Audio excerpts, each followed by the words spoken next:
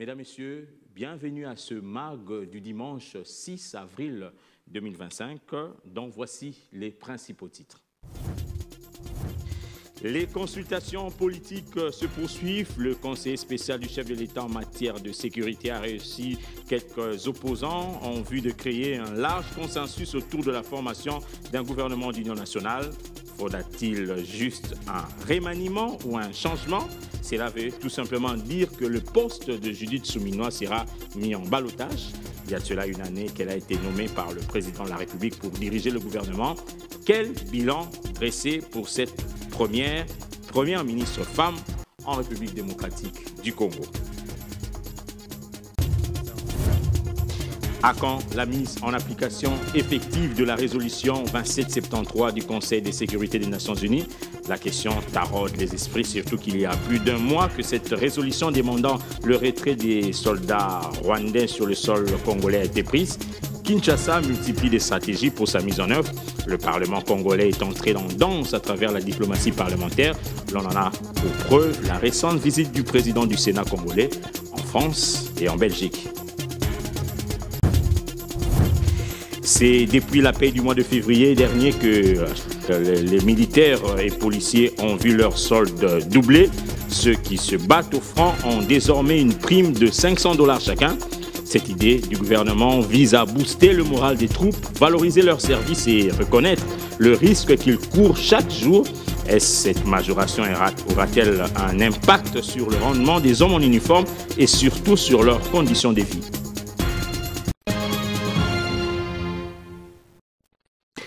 Marius Moubalama est notre invité de ce soir. Il est analyste politique. Bienvenue, monsieur Marius. Merci beaucoup, monsieur Alain, pour m'avoir invité sur ce beau plateau de B1, en fait, d'analyser ensemble l'actualité de la semaine. Je vous ai présenté comme analyste politique, mais on vous voit très collé au docteur Mukwege. Bien évidemment, docteur Denis Mukwege, c'est l'homme qui a beaucoup de valeurs.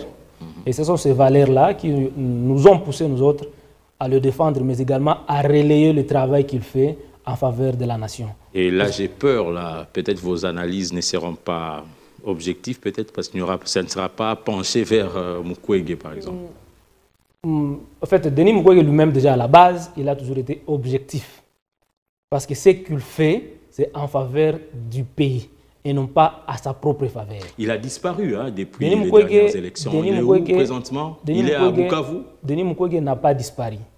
Denis Mukwege est dans une diplomatie au niveau international, afin que la République démocratique du Congo puisse, n'est-ce pas, arriver à organiser une conférence internationale pour la paix en RDC, en fait déjuguler de façon durable les problèmes que nous avons à l'Est. Nous allons y revenir, mais en attendant, prenons ce premier dossier. Le président de la République nommé le 1er avril 2024 Judith Souminois au poste de Premier ministre de la République démocratique du Congo, une première dans l'histoire de la RDC qui fait de cette ancienne ministre du Plan la première femme congolaise à occuper ce poste. Une année après cette nomination, quel bilan dressé de sa gestion? Positif, négatif ou mitigé? Suivez. Le 1er avril 2024, Judith Souminois entrait dans l'histoire en devenant la première femme à diriger le gouvernement de la République démocratique du Congo. Est nommée Premier ministre, chef du gouvernement, Madame Judith Souminois Toulouka.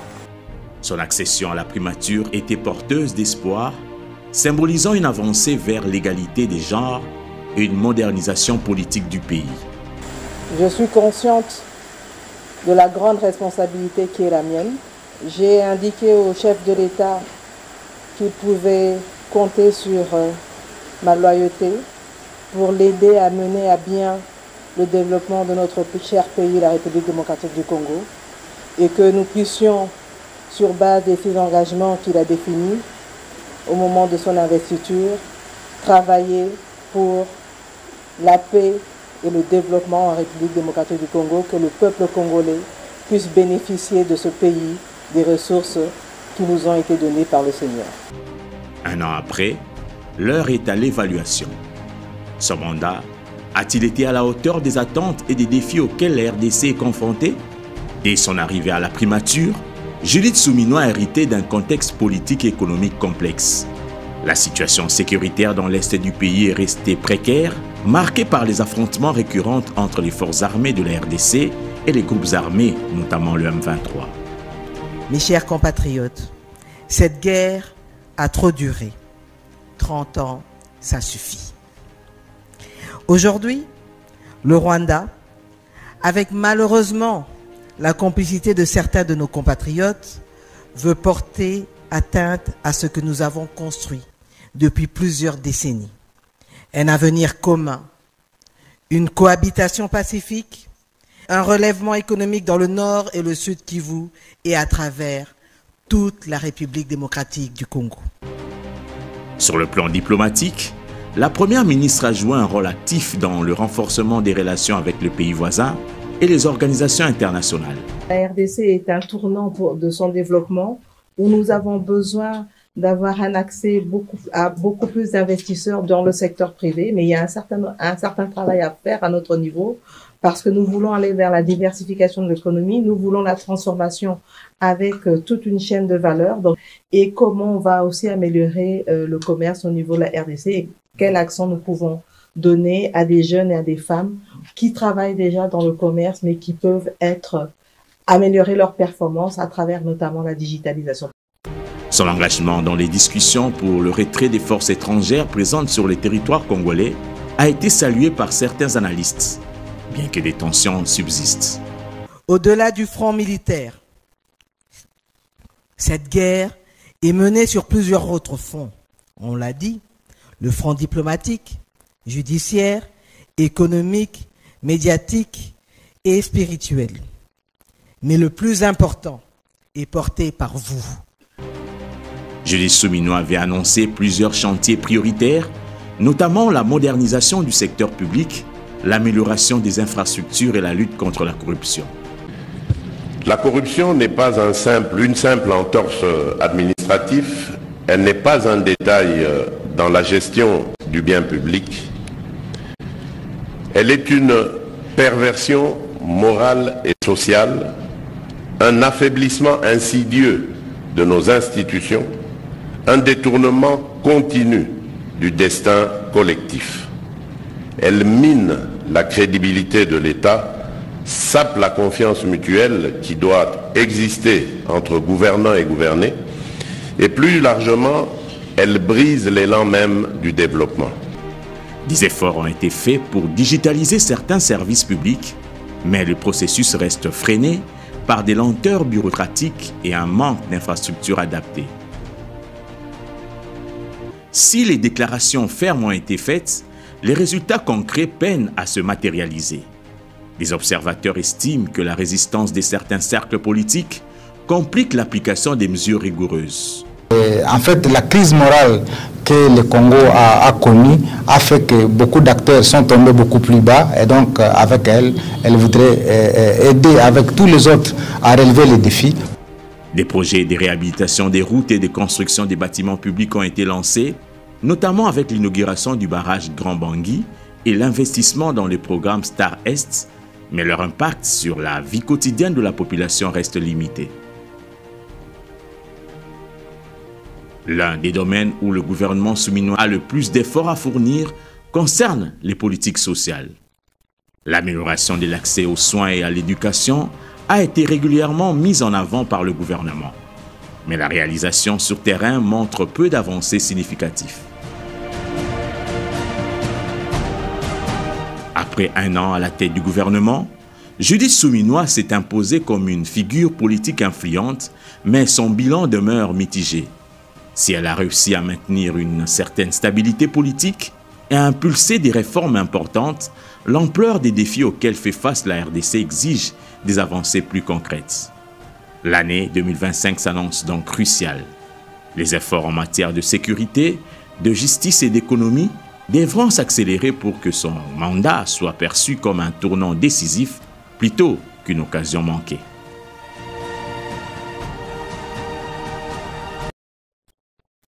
Monsieur Marius, vous venez de suivre ce dossier. Répondez directement à la question. Bilan souminois, 1 an à la primature. Négatif, positif, mitigé? Merci beaucoup.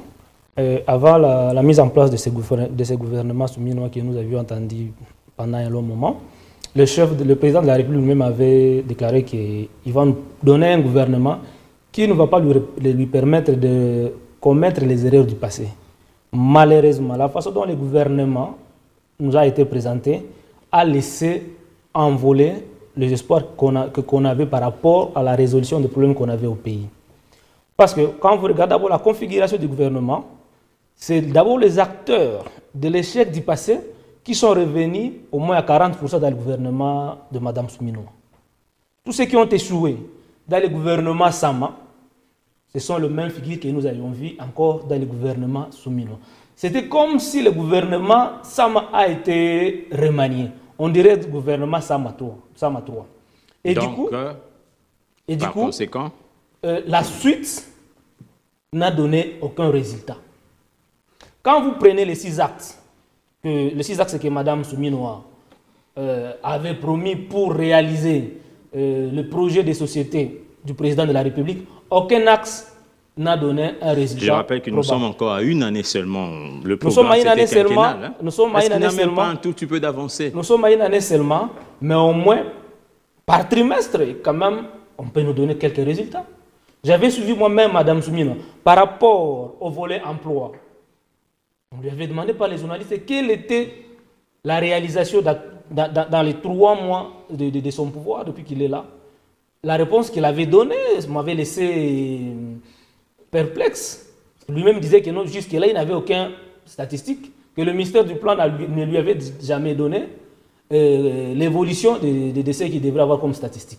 Donc sur le plan emploi, et nous sommes à Kinshasa, vous et moi, on ne sait pas voir s'il y a eu des emplois qui ont été créés dans le cadre de gouvernance de Mme Souminoua.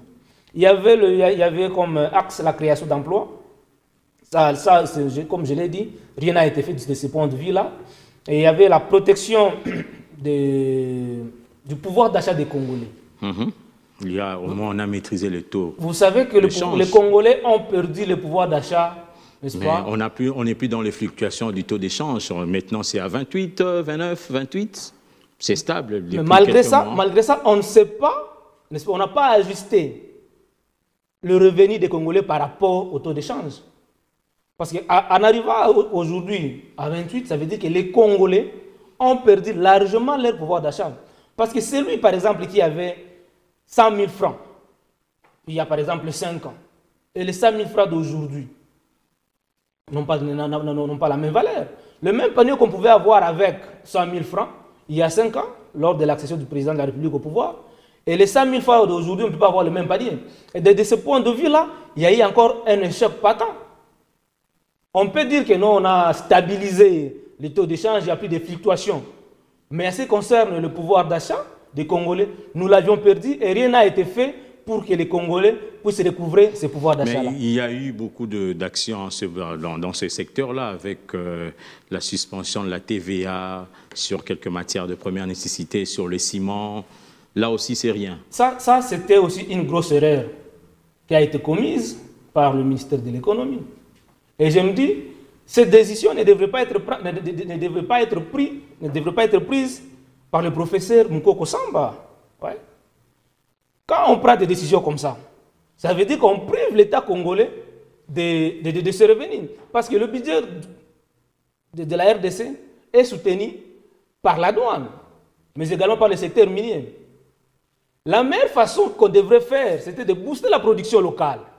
C'est quand la production locale est boostée, à l'interne, nous produisons, ça nous permet de concurrencer les produits qui nous viennent de l'extérieur. Ouais.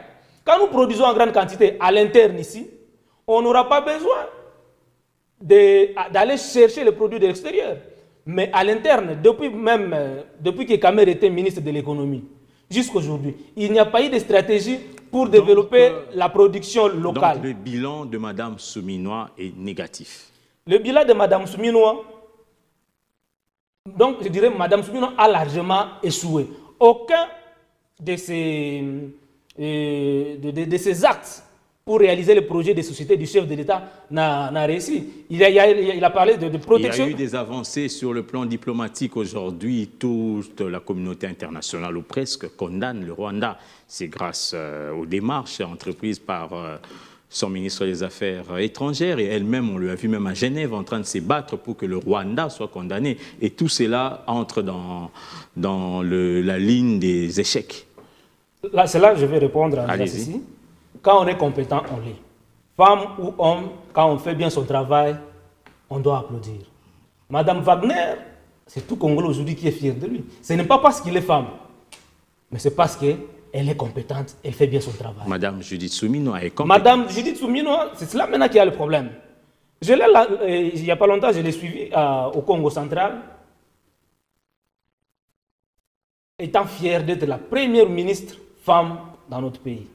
Ce n'est pas là qu'on entendait. On n'avait pas besoin d'avoir une première femme, première ministre, mais on avait besoin d'avoir un premier ministre capable de résoudre les problèmes des Congolais. Femme ou homme soit-il, mais au moins que ce premier ministre-là soit à mesure de répondre aux besoins des Congolais.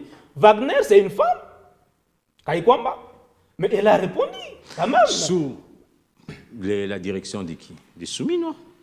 Là, côté, sur le plan diplomatique, mené par Mme Wagner, nous saluons. Mais il faut comprendre aussi qu'il y a des faiblesses. En dépit des prouesses de Kaikwamba, mais il y a des faiblesses sur le plan diplomatique dans notre pays. Parce qu'on est en train de se limiter seulement à présenter à la communauté internationale que le conflit que nous avons dans notre pays, c'est un conflit bilatéral entre la RDC et le Rwanda, ou bien un conflit qui se limite seulement à un conflit interne entre la RDC et le M23. Là, on se trompe largement des cibles. C'est ainsi que Denis Mukwege parle du mauvais diagnostic fait par le gouvernement congolais par rapport au conflit que nous avons dans notre pays. Est-ce que vous étiez consulté déjà à Mukwege? C'est un ancien candidat. Ça, ce n'est pas une voie plausible pour arriver à une paix durable. Et quelle est la démarche? Voilà, merci pour la question.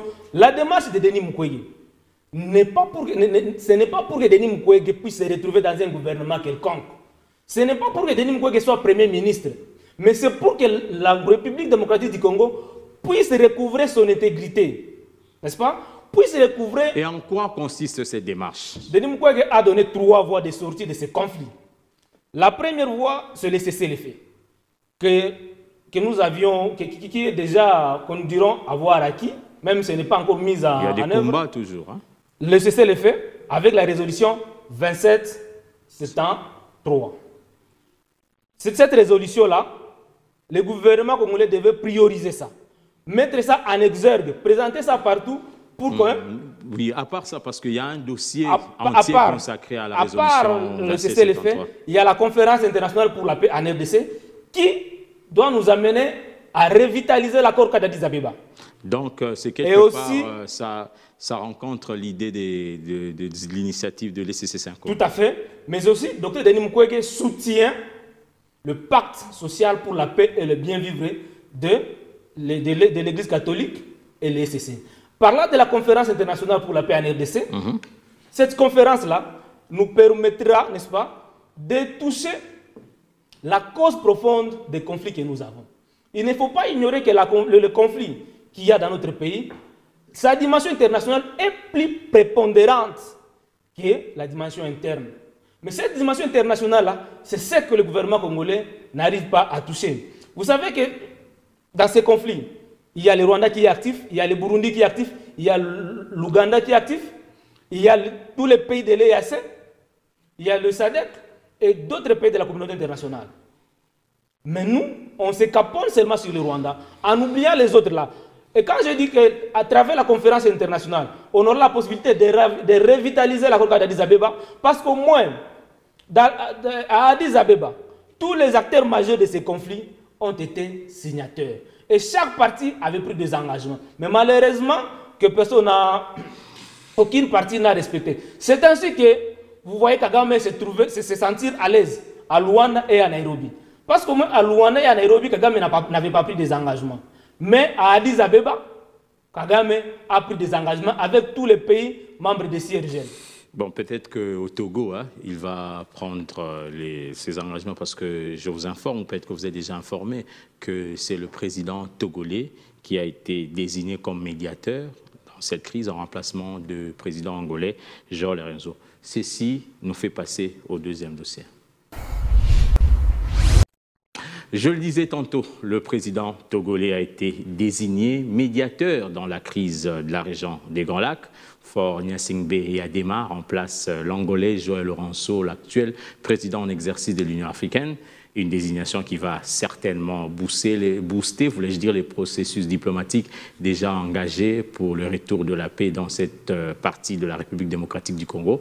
Entre-temps, la résolution 2773 du Conseil de sécurité des Nations Unies, votée au mois de février dernier, peine à être mise en application. Pourquoi cette lenteur? Élément de réponse dans ce dossier.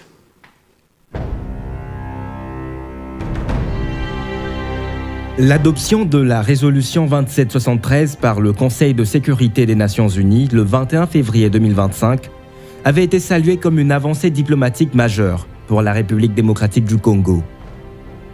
Portée par la France, cette résolution appelait les rebelles du M23 à cesser immédiatement leurs offensives, exhortait le Rwanda à retirer ses troupes du territoire congolais et encourager le retour au dialogue dans le cadre des initiatives diplomatiques régionales. Toutefois, plus d'un mois après son adoption, la mise en application de cette résolution demeure incertaine. La souveraineté et l'intégrité territoriale de la République démocratique du Congo doivent être respectées. Les forces rwandaises doivent se retirer sans délai du territoire congolais, comme l'ont déjà déclaré le secrétaire général des Nations Unies et les membres de ce Conseil. Cette résolution rappelle enfin le rôle clé des processus de Luanda et Nairobi en vue de trouver une solution politique durable qui passe par le retrait complet des forces rwandaises et le démantèlement des FDLR. Pourquoi cette lenteur? Qu'est-ce qui différencie cette situation de celle de 2012, où une résolution similaire avait été mise en œuvre plus rapidement? Ce n'est pas la première fois que la RDC bénéficie d'une résolution du Conseil de sécurité en réponse à une crise sécuritaire impliquant le M23. Le 20 novembre 2012, alors que Goma était tombé aux mains du mouvement rebelle, l'ONU avait adopté la résolution 2776 exigeant le retrait immédiat des combattants du M23 et la cessation de toute nouvelle avancée. Cette décision avait conduit à un retrait rapide des forces rebelles, permettant une stabilisation relative de la situation à l'époque. En revanche, l'application de la résolution 2773 ne semble pas suivre le même schéma. Plusieurs facteurs expliquent cette différence. La ministre des Affaires étrangères, Thérèse Kaikwamba, a souligné que la posture actuelle du Rwanda est beaucoup plus belliqueuse qu'elle ne l'était en 2012. Le contexte géopolitique a évolué, avec des enjeux désormais plus explicites et une stratégie diplomatique et militaire du Rwanda plus agressive. L'équilibre des forces sur le terrain a changé, rendant plus difficile l'application immédiate des injonctions internationales. Depuis 2012, le Rwanda a renforcé son influence dans la région, consolidant ses alliances et perfectionnant ses stratégies de communication pour minimiser les pressions internationales. La situation à laquelle nous sommes confrontés aujourd'hui n'est une surprise pour personne. Elle est le reflet de la situation que l'on connaissait il y a 12 ans. Elle est la résultante d'une mauvaise gestion complète par la RDC d'un problème complexe. La communauté internationale a aussi sa part de responsabilité, puisqu'elle n'a nullement tenu compte des causes profondes du problème et permet à des acteurs légitimes d'agir en dehors de leur mandat. La situation est donc exactement la même qu'en 2012 et 2013.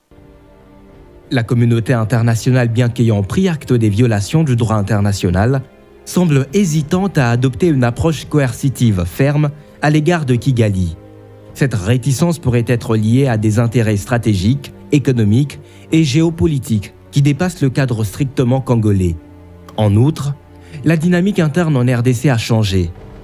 Alors qu'en 2012, le gouvernement congolais bénéficiait d'un soutien plus structuré des partenaires régionaux et internationaux, la situation actuelle est marquée par une fragmentation des initiatives diplomatiques et une guerre informationnelle plus intense. Le Rwanda, c'est l'empire du mensonge et vous suivez régulièrement les côtés un peu bipolaires de son président, qui aujourd'hui encore a péroré sur des énormités concernant la République démocratique du Congo. En résumé, ce qu'ils veulent, c'est de continuer les processus de pillage. En résumé, le Rwanda d'aujourd'hui ne peut pas vivre sans voler en République démocratique du Congo.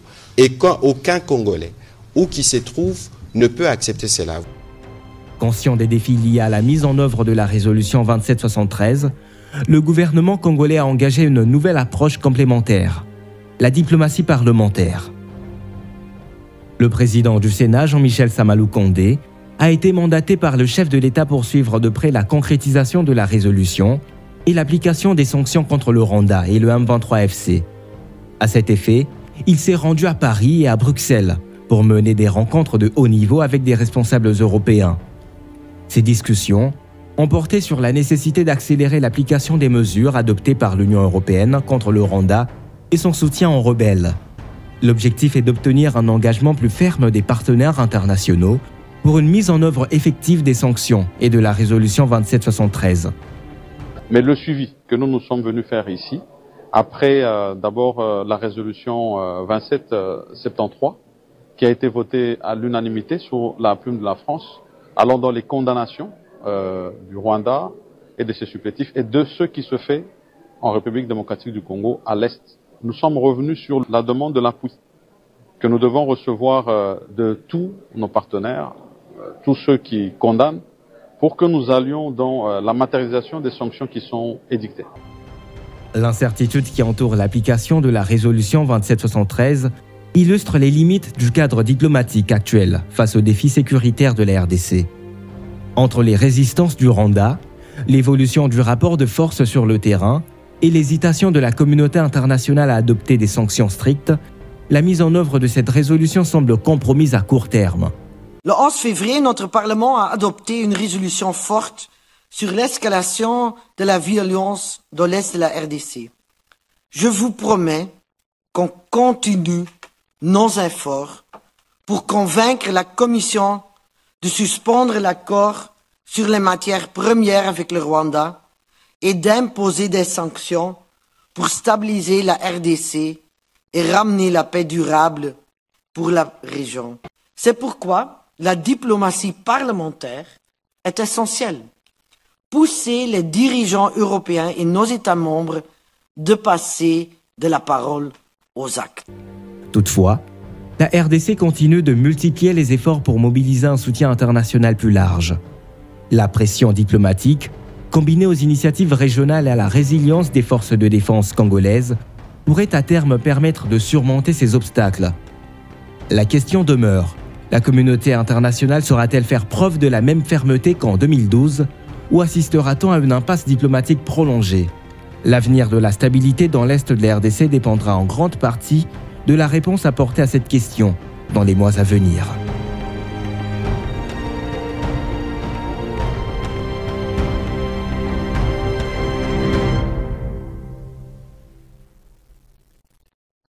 Monsieur Moubalama, vous l'avez dit dans nos récentes conversations qu'il fallait que les politiques congolais ou les autorités congolaises puissent porter la résolution 2773 au niveau de la communauté internationale.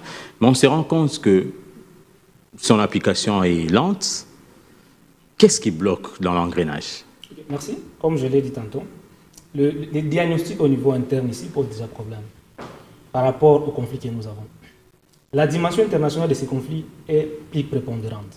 Et il faut que le gouvernement congolais puisse comprendre aujourd'hui la démarche de Dr Denis Mukwege de mener une conférence internationale pour la paix en RDC. C'est dans cette conférence-là qu'on sera à mesure, n'est-ce pas, de rencontrer ou bien d'appeler sur la table d'abord tous ceux qui ont été à Addis Abeba, les acteurs majeurs de ces conflits, mais également inviter cette fois-ci les entreprises multinationales, ceux qui achètent les matières premières de façon illicite à travers le Rwanda et l'Ouganda. Parce que le commerce illicite de matières premières, c'est ce qui motive aujourd'hui la guerre dans notre pays.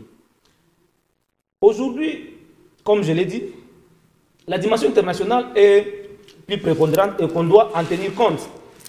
Tous ceux qui nous combattent aujourd'hui dans notre pays, ils passent par le Rwanda pour avoir accès de façon illégale aux matières premières. Et ces matières premières-là sont indispensables aujourd'hui pour la transition énergétique. Ça veut dire que les matières premières qu'il y a dans notre pays, on en a besoin partout dans le monde, dans l'industrie de la défense, pour la transition énergétique, aéronautique et consorts. On ne peut pas ignorer ces entreprises-là dans la résolution des conflits. Il faut les amener, comme l'a fait Dr Denis Mukwege, devant les députés européens. Il leur avait mis devant les responsabilités. Il leur avait présenté la situation des Congolais, les affres de guerre dont nous sommes victimes aujourd'hui. Et c'est ce qui a amené le député européen de prendre des résolutions pour mettre fin, n'est-ce pas, à l'accord des minéraux entre l'Union européenne et le Rwanda. La résolution 2773. Cette résolution met sur la table seulement la RDC et le Rwanda. Et pourtant, il n'y a pas que le Rwanda qui est utilisé pour nous attaquer. Ça veut dire qu'on peut avoir des accords de paix avec le Rwanda. Mais ceux qui achètent les matières premières de façon illicite, s'ils ne trouvent pas leur intérêt dans cet accord-là, ils vont passer par une autre voie. Ça veut dire qu'on peut continuer à exploiter notre matière première. Le Rwanda ne va pas vendre, mais vendre à travers l'Ouganda.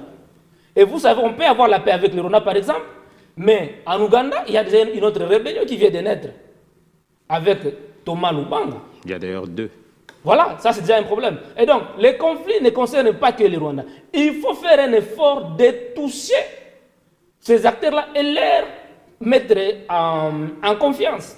Mais pour que ces entreprises-là soient mises en confiance, nous, la République démocratique du Congo, nous devons commencer par respecter, s'il vous plaît, nos engagements pris dans le cadre de l'accord d'Addis Abeba. Ces engagements, allez dans le sens, s'il vous plaît, d'améliorer, si vous prenez soin de lire ces engagements-là, d'améliorer le climat des affaires dans notre pays. Nous avons pris l'engagement d'établir l'autorité de l'État sur toute l'étendue de la République. Nous avons pris l'engagement de réformer l'armée et la police. Nous avons pris l'engagement de travailler pour le développement économique. Nous avons pris l'engagement de mettre en place une justice transitionnelle. Mais tous ces engagements et tant d'autres n'ont jamais été pris en compte par la RDC. Ce qui fait que ceux qui ont besoin de venir travailler ou bien d'implanter les entreprises au Congo ne viennent pas. Et ils préfèrent passer par les proxys téléguidés qui occasionnent des morts dans notre pays. D'autres pays comme le Rwanda, l'Ouganda, donc les pays frontaliers, ont pris leur engagement. Celui de respecter l'intégrité et la souveraineté de notre pays. De ne pas soutenir aucun groupe armé évoluant en RDC. De développer une coopération administrative et juridique qui faisait en sorte que s'il y a des rebelles qui s'enfuient dans le pays frontalier, qu'ils soient arrêtés et renvoyés au Congo pour que ces derniers soient jugés.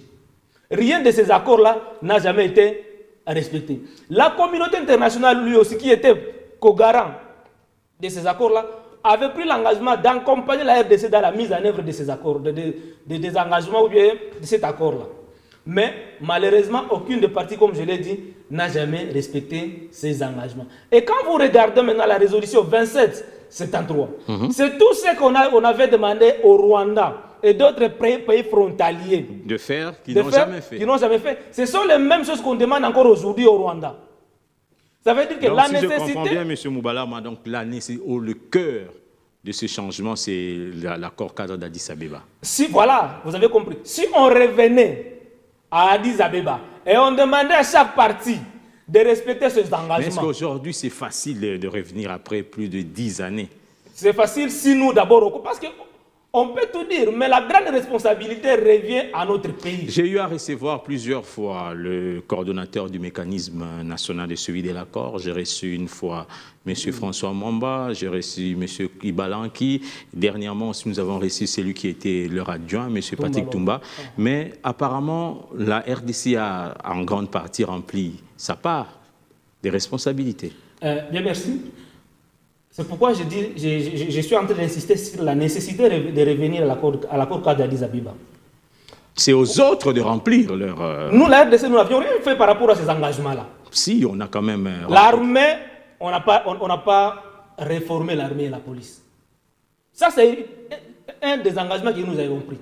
Rétablir l'autorité de l'État sur toute l'étendue du pays. Mais dans la réforme de l'armée, il y a aussi la loi sur la programmation. Mais nous sommes en train de réformer l'armée. Vous voyez la faute de ne pas réformer l'armée, nous amène dans la difficulté d'établir l'autorité de l'État sur toute l'étendue du pays. Ici, à Kwamouf, c'est à n'importe quel moment que le Mobondo fait éruption dans la cité et tue la population congolaise. Ouais. Donc, c'est là qu'il y a le problème. Donc, revenez sur cet accord-là. Ça va nous aider à juguler l'affaire. Tout ce qui était comme responsabilité, vous l'avez dit, des mécanismes nationaux de suivi, on les retrouve maintenant dans le processus de Nairobi. Or, dans l'accord d'Addis Abeba, il n'a pas été demandé au gouvernement congolais de négocier avec les groupes armés, mais plutôt de les défaire, de mettre fin à l'activisme de tous les groupes armés évoluant sur notre territoire. Mais à Nairobi, le gouvernement congolais est en négociation avec les groupes armés. À Luanda, processus de Luanda, c'est le gouvernement congolais qui est en négociation avec les Rwandais. Et pourtant, dans l'esprit de Nairobi, d'Addis Abeba, le gouvernement congolais ne devrait pas négocier avec les Rwandais parce qu'ils avaient pris l'engagement de respecter l'intégrité et la souveraineté de notre pays.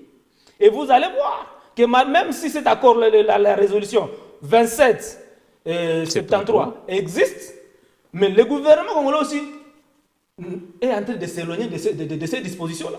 Voilà pourquoi le président Lorenzo s'en est écarté, a jeté l'éponge. Parce qu'au moment où il devrait se rencontrer à Luanda, du coup, le président congolais et le président rwandais se sont retrouvés à Doha. Doha, c'était dans l'informel. Or, dans l'informel, il ne viendra pas une paix durable. Le 9, ils vont se rencontrer. Kinshasa et la délégation de l'FC-M23, ce sera aussi dans l'informel. Le 9, ici. 9 avril à Doha.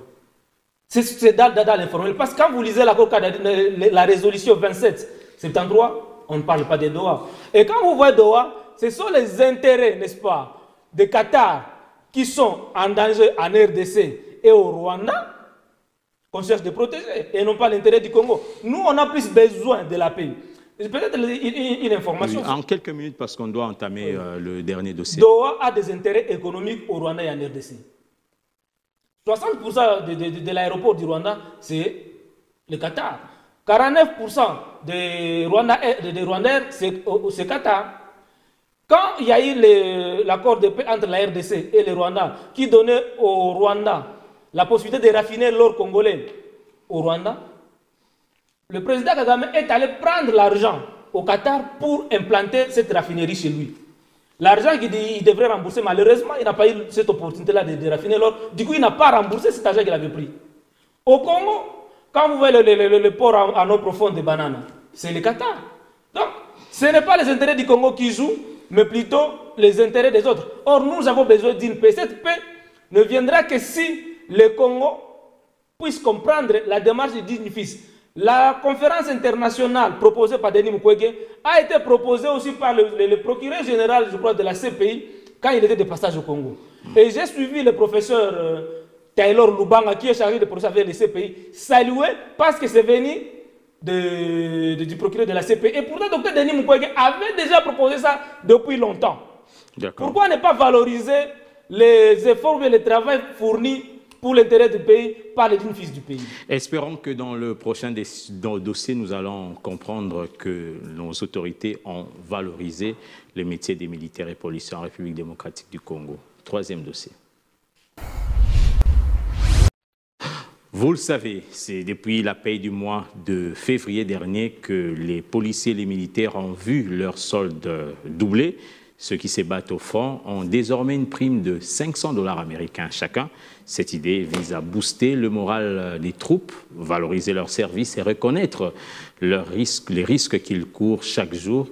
Cette majoration aura-t-elle un impact sur le rendement des hommes en uniforme ou surtout sur leurs conditions de vie? Ponango, gouvernement sur base à meeting de Oya président, Tolobi Boye. Oyo surtout babengi militaire. Oyo surtout babengi policier à partir à mois de mars, solde est multiplié par 2. C'est une nouvelle qui a réjoui les militaires et policiers à l'annonce par le gouvernement central de l'augmentation de solde des éléments de l'armée et de la police nationale. Les salaires sont passés de simple au double, et une prime spéciale de 500 $ américains pour ceux qui défendent la patrie sur les lignes de front. Président de la République a foutu ma soldat à doubler salaire et à solo. Quel est l'impact de cette majoration du solde dans le moral de militaires et policiers dans un contexte sécuritaire difficile? En réalité, le solde est passé au double de l'équivalent d'environ 100 $ américains en francs congolais pour un gradé de 2e classe. Et s'il faut appliquer la tension salariale qui lui a atteint difficilement un indice, le plus gradé qui travaille sous le drapeau avoisinerait à peine 1000 $ américains en traitement de base. Comme il n'existe pas de prime institutionnelle pour les militaires et policiers, l'action posée par le gouvernement en leur faveur vient suppléer tant soit peu, bien que le déficit est loin d'être comblé. L'idée de la majoration de solde des militaires et policiers en ce moment particulier de l'histoire de notre pays vise à booster le moral de troupes, valoriser leurs services et reconnaître les risques qu'ils courent chaque jour. Le commandant suprême Félix Antoine Tshisekedi Tshilombo, qui soutient à 100% notre ministère de l'Intérieur, vient de majorer les soldes de vos conjoints policiers, y compris les militaires. C'est également dans l'objectif de favoriser un engagement plus fort et réduire le taux de désistement dans leur rang, mais ce geste est encore loin d'aider les militaires et policiers, bénéficiaires à investir dans leur avenir et la qualité de vie après leur service, à cause de la modicité de revenus moyens de fonctionnaires congolais en général. Où le gouvernement va-t-il puiser pour financer l'augmentation de soldes de militaires et policiers? C'est la question principale posée par le parlementaire congolais qui rappelle n'avoir pas prévu ces dépenses additionnelles dans la loi de finances votée en décembre 2024 dernier. Le doublement des salaires des militaires et policiers sans passer par le Parlement est perçu comme une violation de la loi par le gouvernement central. Pour financer ces dépenses, un gouvernement a plusieurs choix. Sans augmentation des impôts, l'équipe souminoise a misé sur la réduction des dépenses non essentielles, comme les missions et soins de santé de hauts fonctionnaires à l'extérieur du pays. Le gouvernement a décidé de réduire le train de vie des institutions publiques, avec notamment le coupe budgétaire dans le frais de fonctionnement. Le président de la République a engagé le gouvernement et son cabinet à lui soumettre dans les 72 heures des mesures rigoureuses de réduction de train de vie consistant en des coupes par palier et devant être opérées sur les frais de fonctionnement et les interventions économiques de la présidence de la République, de l'Assemblée nationale, du Sénat, du gouvernement, du pouvoir judiciaire ou encore des institutions d'appui à la démocratie. L'effort de guerre a amené le gouvernement à émettre des obligations ou à emprunter auprès des institutions financières dans le but de collecter rapidement des fonds. Félix Tshisekedi en pourparlers avec le partenaire de la RDC pour solliciter de l'aide financière ou militaire auprès d'autres pays. Et la mobilisation de l'économie, à travers l'augmentation et la production de biens et services liés à l'effort de guerre, demeure la clé de financement du budget de défense. Mais le tout devrait passer par l'autorité budgétaire, connue pour créer une stratégie efficace de financement de dépenses en temps de guerre. Le président de la République a aussi invité les secteurs privés à envisager de faire des dons ou de constituer les fonds pour soutenir directement nos forces armées et les populations déplacées. Ainsi, les excédents des trésoreries qui seront générés dans le cadre de l'effort de guerre par ces comptes spéciaux devront être reversés au compte général du Trésor. Des mécanismes doivent aussi être mis en place pour permettre à chaque Congolais qui le souhaite de contribuer à cet effort de guerre. Que faut-il attendre dans la suite de cette augmentation en termes d'amélioration des conditions de vie des hommes de troupe et leurs dépendants? Construire une armée dissuasive nécessite de ressources humaines, matérielles et financières conséquentes. Pour un pays continent à la hauteur de la République démocratique du Congo, disposer de forces armées bien équipées, formées et entraînées appelle à avoir accès à des technologies avancées comme des systèmes d'armement modernes. Avec sa gamme variée de forces terrestres, navales, aériennes et autres, le pays de Lumumba doit se mettre à niveau pour répondre aux différentes menaces et viser à développer des capacités conventionnelles et nucléaires dans un avenir proche. Mais les conditions sociales des militaires et policiers avec leurs familles en RDC sont souvent marquées par des défis significatifs.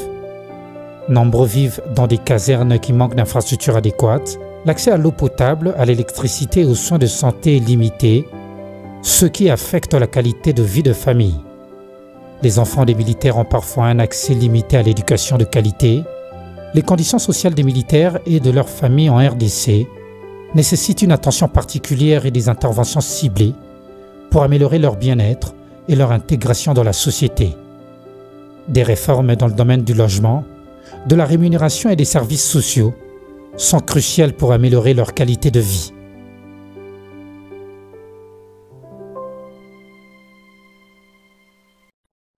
Monsieur Marius, réaction en 1 minute. Oui, merci beaucoup. On parle de doubler les soldes des militaires. Mais ça va booster quand même le moral. Pas du tout. Les soldes, c'est quoi? Comment ça? Les soldes, c'est quoi? C'est les reliquats. Ce qui reste après avoir répondu à tous les besoins des militaires. Quels sont ces besoins-là? Les logements, l'éducation des enfants, les soins de santé, la dotation en tenue, donc en équipement militaire. Tous ces éléments-là sont-ils réunis pour espérer que les militaires sont mis dans de bonnes conditions de vie? Pas du tout. Ça, donc, le solde, c'est ce qui reste après que tous les besoins des militaires soient pris en charge, et cela par l'État. Et cela par l'État. Ce qu'on a fait là, c'est une mesure palliative. Nous avons besoin de mesures durables. Et ces mesures durables-là passent par la réforme, comme le dit toujours le docteur Denis Mukwege, de l'armée et de la police. La réforme touche d'abord sur la manière de recruter, la formation de nos militaires. J'ai suivi le reportage, c'est bien fait. Il nous faut une armée dissuasive, adaptée à la nouvelle technologie. Ceux qui sont en train de nous combattre aujourd'hui, ils sont en train d'utiliser la nouvelle technologie. Vous savez, c'est déplorable dans notre pays. Pour avoir des gens qui vont manipuler les drones, il a fallu inviter des mercenaires, des jeunes là de l'extérieur, des étrangers, alors que nous avons des jeunes capables de construire et de manipuler les drones. Donc notre armée n'est pas à la pointe de la technologie. Donc avoir doublé les soldes militaires, cela n'aura pas de l'impact sur le rendement sur le front. Parce que les besoins des militaires sur le plan social, on n'y aura pas touché. Mais aussi, il y a plusieurs questions qui se posent. Le budget a été déjà voté depuis un long moment. D'où est-ce que le gouvernement a tiré cet argent pour payer, pour doubler ces reliquats-là de militaires? Ça veut dire que l'argent existe déjà. On a réduit les trains de vie, c'est ce qu'a dit Constantin dans son grand reportage. Il faudra il faudra que le gouvernement donne le détail. Parce que de notre droit... On a annulé les soins de santé à l'extérieur des autorités. Bon, ça peut aider. Il est de notre droit de connaître comment le pays est géré. C'est à hauteur de combien de millions de francs qu'on a constitué pour doubler les soldes des militaires. On doit donner des explications, c'est de notre droit. Ça doit passer à l'Assemblée nationale, que l'Assemblée nationale, parce que c'est par là qu'on contacte le peuple. Et dire la vérité. L'autorité budgétaire. L'autorité budgétaire. Mais on prend des décisions seulement comme ça, sans savoir ça vient d'où, ça part comment. Et donc, cette mesure qui est palliative n'aura pas répondu, ne va pas répondre au problème qui se pose aujourd'hui. Monsieur Donc, il faut réformer l'armée, et c'est une réforme profonde, comme l'a toujours demandé Dr Denis Mukwege. Et cela fait partie aussi des engagements que nous avions pris à Addis Abeba qu'on n'a jamais respectés. Monsieur Marius Moubalama, je rappelle que vous êtes analyste politique et on l'a constaté proche du Dr Denis Mukwege. C'était un plaisir de vous recevoir sur ce plateau du MAC du dimanche. Merci beaucoup pour la confiance que vous m'avez faite d'être sur ce plateau aujourd'hui. Merci. Merci à vous également, chers téléspectateurs. Nous nous retrouvons le dimanche prochain sur ce même plateau avec certainement un nouvel invité. Au revoir.